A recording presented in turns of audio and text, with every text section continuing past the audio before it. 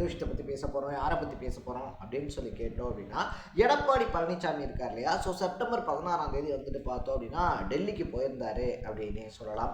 வழக்கம் போல் வந்துட்டு பார்த்தோம் அப்படின்னா அமித்ஷா இருக்கார் இல்லையா, அமித்ஷாவோட மீட்டிங் அப்படின்றதெல்லாம் வந்துட்டு பங்கெடுத்திருந்தாங்க. பட் அதுக்கப்புறமா அவர் காரில் திரும்பும்போது பார்த்தோம் அப்படின்னா அவருடைய கர்ச்சீஃப் இருக்கு இல்லையா, அதாவது கைக்குட்டை இருக்கு இல்லையா, அதை வச்சு அவர் மூஞ்ச மூடிக்கிற மாதிரி ஒரு ஃபோட்டோ அப்படின்றத போட்டு பார்த்தோன்னா, அமித்ஷாவை சந்திச்சுட்டு திரும்பின எடப்பாடி பழனிசாமி ஏன் திருட மாதிரி முகமூடியெல்லாம் போட்டு வராரு அப்படின்னு சொல்லிட்டு ரொம்ப பெரிய விமர்சனத்தை முன் வச்சிருந்துச்சு செய்தி நிறுவனங்கள் அப்படின்னு தான் சொல்லணும். ஸோ பல செய்தி நிறுவனங்களுமே வந்துட்டு பார்த்தோம் அப்படின்னா அமித்ஷா இருக்கார் இல்லையா, அமித்ஷாவை மீட் பண்ணதுக்கு அப்புறமா வந்துட்டு பார்த்தோம்னா எடப்பாடி பழனிசாமி இப்படி முகத்தை மூடிட்டு வர்றதுக்கான பின்னணி என்ன அப்படின்ற மாதிரியான கொஸ்டினை போட்டு அரசியல் களத்தில் ரொம்ப பெரிய பரபரப்பை ஏற்படுத்தியிருந்தாங்க அப்படின்னு சொல்லலாம்.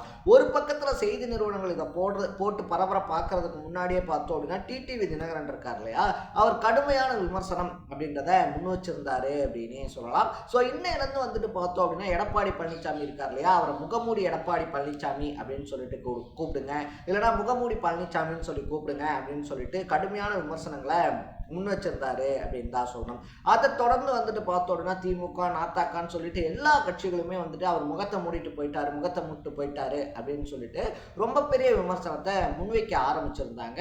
இப்படிப்பட்ட ஒரு சுச்சுவேஷன்ல வந்துட்டு பார்த்தோம் அப்படின்னா எடப்பாடி பழனிசாமி இருக்கார் இல்லையா, அவர் ஒரு விளக்கம் அப்படின்றத அவர் சைட்ல இருந்து கொடுத்துருக்காரு அப்படின்னு தான் சொல்லணும். ஃபர்ஸ்ட் ஆஃப் ஆல் வந்துட்டு பார்த்தேன் அப்படின்னா நான் வந்துட்டு முகத்தை மூடிட்டுலாம் வரல, கர்ச்சீஃபை வச்சு மூஞ்ச தொடச்சேன். ஸோ அதை வந்துட்டு பார்த்தோம் அப்படின்னா நீங்க போட்டோ எடுத்து நான் முகத்தை மூடிட்டு வரேன் அப்படின்னு சொல்லிட்டு வந்துட்டு சொல்றீங்க.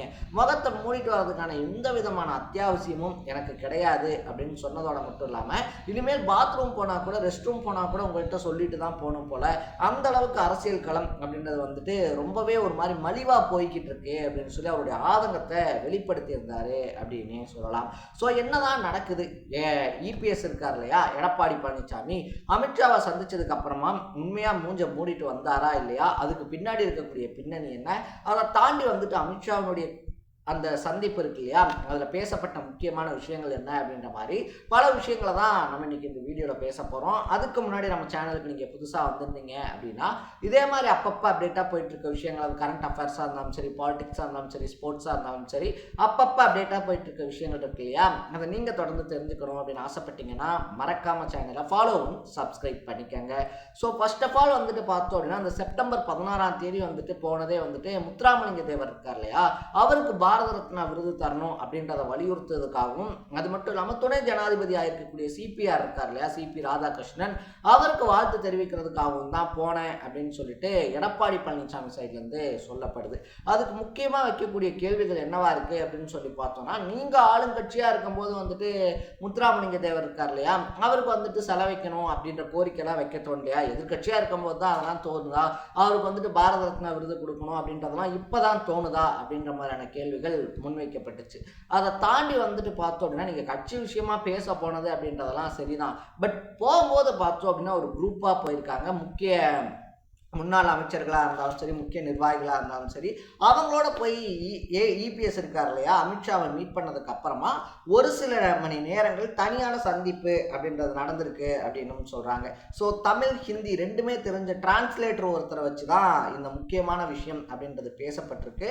அதுலயும் செங்கோட்டையன் இஷ்யூ இருக்கு இல்லையா, அது ரொம்ப விலாவாரியா விவாதிக்கப்பட்டிருக்கு அப்படின்னு சொல்லலாம். ஸோ உட்கட்சி விஷயத்தில் வந்துட்டு நாங்கள் தலையிட மாட்டோம் அப்படின்னு சொல்லிட்டு பாஜக சொன்னதாகவும், அது மட்டும் இல்லாமல் 40+ தொகுதிகளை வந்துட்டு நாங்கள் எதிர்பார்க்குறோம் அப்படின்னு சொல்லிட்டு சாக்கா அமித்ஷா தெரிவித்ததாகவும் சொல்லப்பட்டுக்கிட்டு இருக்கு.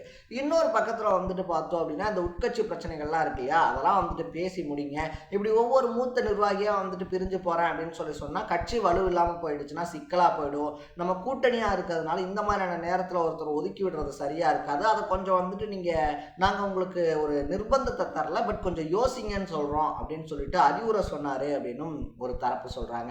இது எல்லாத்தையும் தாண்டி இதுக்கப்புறம் அந்த ஃபைனல் டச் தான் இப்போ விவாத பொருளாகவே மாறி இருக்கு.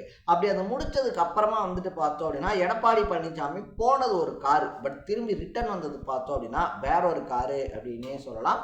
அந்த காருக்குள்ள ஒரு தொழிலதிபர் இருந்தாரு அப்படின்னு சொல்லப்படுது. ஸோ எதிர்கட்சிகள்லேருந்து ஊடகங்கள் வரைக்கும் எல்லாருமே சொன்ன விஷயம் என்ன அப்படின்னு சொல்லி பார்த்தோம்னா, போலீஸ் பாதுகாப்பு பாதுகாப்போட வாகனம் முன்னாடியே கிராஸ் ஆகும்போதே எடப்பாடி பழனிசாமி அதில் போயிட்டாரு அப்படின்னு சொல்லிட்டு ஒரு மாய பிம்பம் கட்டமைக்கப்பட்டிருந்துச்சு.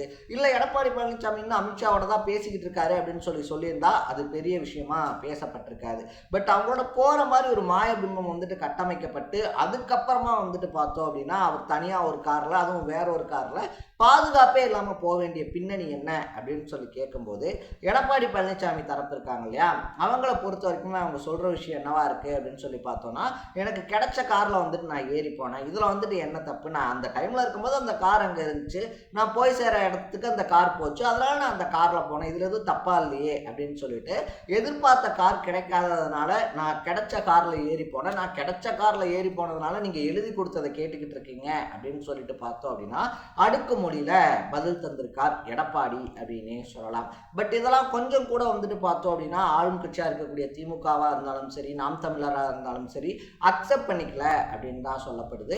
ஆல்ரெடியா வந்துட்டு பார்த்தோம் அப்படின்னா தமிழ்நாட்டில் அதிமுகவை பாஜக தான் இயக்கிக்கிட்டு இருக்கு, பாஜக தான் வந்துட்டு வழி நடத்திக்கிட்டு இருக்கு அப்படின்னு சொல்லிட்டு ஒரு விமர்சனம் முன்வைக்கப்பட்டுக்கிட்டு இருக்கு அப்படின்னே சொல்லலாம். ஸோ அதை இன்னும் மெருகூட்டுற வகையில வந்துட்டு பார்த்தோம் அப்படின்னா முன்னாடி கட்சி பிரியாம பார்த்துக்கிட்டதா இருந்தாலும் சரி, அதிமுக இருக்கு இல்லையா, அதிமுகவுடைய ஆட்சி நடக்கிறதுக்கும் பாஜக தான் உதவி புரிஞ்சு. இன்னும் சொல்ல போனோம் அப்படின்னா பாஜகவுடைய தயவுனால தான் இங்கே அதிமுக ஆட்சியே ஜெயலலிதா மறைவுக்கு அப்புறமா நடந்துச்சு அப்படின்ற மாதிரி எடப்பாடி பழனிசாமி பேசிக்கிட்டு இருக்கக்கூடிய விஷயங்கள் அப்படின்றது இருக்கு இல்லையா, அது உட்கட்சியில் இருக்கக்கூடிய மூத்த நிர்வாகிகளையே புருவம் தூக்க வச்சிருக்கு அப்படின்னே சொல்லலாம். ஸோ 10 நாட்களுக்குள்ள நீங்க வந்துட்டு கட்சியை ஒன்றிணைக்கணும் அப்படின்னு சொல்லி செங்கோட்டையன் கெடுபிடிச்ச அடுத்த நாளுக்கு அப்புறமா எடப்பாடி பழனிசாமி அமித்ஷாவை பார்த்திருக்கிறதும் அரசியல் களத்துல ரொம்ப பெரிய கொஸ்டின் மார்க்கை ஏற்படுத்தி இருக்கு.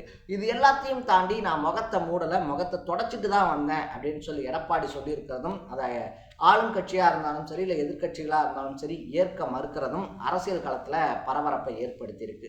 ஸோ இந்த விஷயத்தை பற்றி நீங்கள் என்ன நினைக்கிறீங்க? எடப்பாடி பழனிசாமி உண்மையாகவே முகத்தை மூடிட்டு வந்தாருன்னு நினைக்கிறீங்களா, இல்லை அவர் வந்துட்டு தொடச்சிட்டு தாப்பா இருந்தார், அதை வந்துட்டு ஃபோட்டோ எடுத்து இப்படி நெகட்டிவாக நியூஸ் ஸ்ப்ரெட் பண்ணிட்டாங்கன்னு சொல்லி நினைக்கிறீங்களான்றத கமெண்ட்டில் போட்டு இதே மாதிரி அப்பப்போ அப்டேட்டாக போயிட்டு இருக்க விஷயங்கள், அது கரண்ட் அஃபேர்ஸாக இருந்தாலும் சரி, பாலிடிக்ஸாக இருந்தாலும் சரி, ஸ்போர்ட்ஸாக இருந்தாலும் சரி, அப்பப்போ அப்டேட்டாக போயிட்டு இருக்க விஷயங்களை நீங்கள் தொடர்ந்து தெரிஞ்சுக்கணும் அப்படின்னு ஆசைப்பட்டீங்கன்னா மறக்காம சேனலை ஃபாலோ பண்ணி சப்ஸ்கிரைப் பண்ணிக்கோங்க. நாளைக்கு இதே மாதிரி இன்னொரு இன்ட்ரெஸ்டிங்கான வீடியோட சந்திக்கலாம். Tata, bye by.